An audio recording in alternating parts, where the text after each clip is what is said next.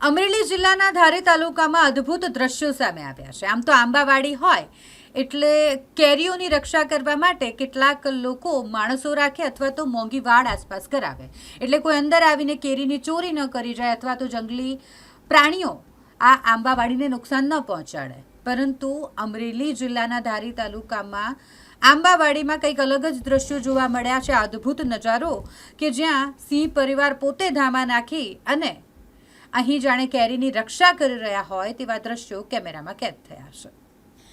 અમરેલીના ધારી પંથકની સીમ અત્યારે કેસર કેરીની સુગંધથી મહેકી રહી છે, પણ આ સુગંધ વચ્ચે ગીરના રાજાની ગર્જના પણ સંભળાઈ રહી છે। જર ગામની સીમમાં આવેલી આંબાની વાડીઓમાં અત્યારે સિંહ પરિવારે ધામા નાખ્યા છે। એક સિંહણ અને તેના 3 પાઠડા આ આંબાવાડીને પોતાનું ઘર બનાવી ચૂક્યા છે। દિવસે આંબાની ઠંડી છાયામાં આરામ અને રાત્રે બગીચામાં પહેરો। આ નજારો જોઈને ભલભલાના પરસેવા છૂટી જાય, પણ અહીં તો કુદરતનો અલગ જ ખેલ જોવા મળી રહ્યો છે।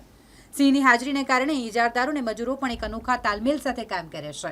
જંગલના રાજા સાથેના આ સહ અસ્તિત્વનો નજારો એ સાબિત કરે છે કે જો વન્યજીવોને છંછેડવામાં ન આવે તો તે મનુષ્ય માટે રક્ષક પણ બની શકે છે। સિંહની હાજરીના કારણે જંગલી જનાવરોનો ત્રાસ નાબૂદ થઈ ગયો છે, જેની સીધી પોઝિટિવ અસર કેરીના પાક પર જોવા મળી રહી છે। ધારી અને ગીરકાંઠાના વિસ્તારમાં સિંહોની સંખ્યા ખૂબ છે, પરંતુ જર ગામની આ આંબાવાડી સોશિયલ મીડિયા અને પંથકમાં ચર્ચાનો વિષય બની ગઈ છે। પ્રકૃતિ અને પ્રાણી વચ્ચેનો આવો મૈત્રીપૂર્ણ વ્યવહાર માત્ર ગીરમાં જ જોવા મળી શકે। અહીં કેરી પાકે છે આંબા પર, પણ તેની ચોકી કરે છે ડાલા મથ્થો સાવજ, જે વાડી માલિકો માટે આશીર્વાદ સમાન સાબિત થઈ રહ્યું છે। અમે આંબાના બગીચા રાખીએ છીએ। મારું નામ પીસ વાજા છે। હું ચોરવાડથી રહું છું ને ઇજારા રાખીએ છીએ। તો અમે જે આંબાના બગીચામાં રહીએ છીએ એ જ બગીચામાં સિંહો પણ રહે છે, પણ એ આપણને હેરાન નથી કરતા। એ સિંહોને લીધે અમને જે ભૂંડ છે, રોજ છે, જે નુકસાન કરે છે આપણા આંબાના બગીચામાં, એ અટકાવે છે। મતલબ અમને કોઈ હેરાન નથી કરતા। અને અમે એ લોકો જે એ પાણી પીવે છે, કુંડીએ પાણી પીવા આવે છે, એ જ પાણી અમે આ આંબામાં પાઈએ છીએ। એટલે કેરી પણ શું છે, આ સિંહનું પીધેલું પાણી પીએ છે, એટલે આંબાની કેરી પણ અમે એ જ ખાઈએ છીએ ને એવી બને છે। અમારા વિસ્તારમાં મોટા પાયે બાગાયત વિસ્તાર છે અને કેસર આંબાના ઝાડ આવેલા છે। અત્યારે હાલમાં કેસર કેરી તૈયાર પણ થઈ ગયેલી છે।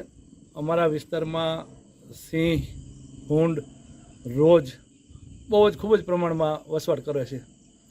આ સિંહો છે, એકંદર અમને મોટો ફાયદો એ છે કે રોજ અને ભૂંડ છે એ સિંહને જોઈ અને ભાગી જાય છે।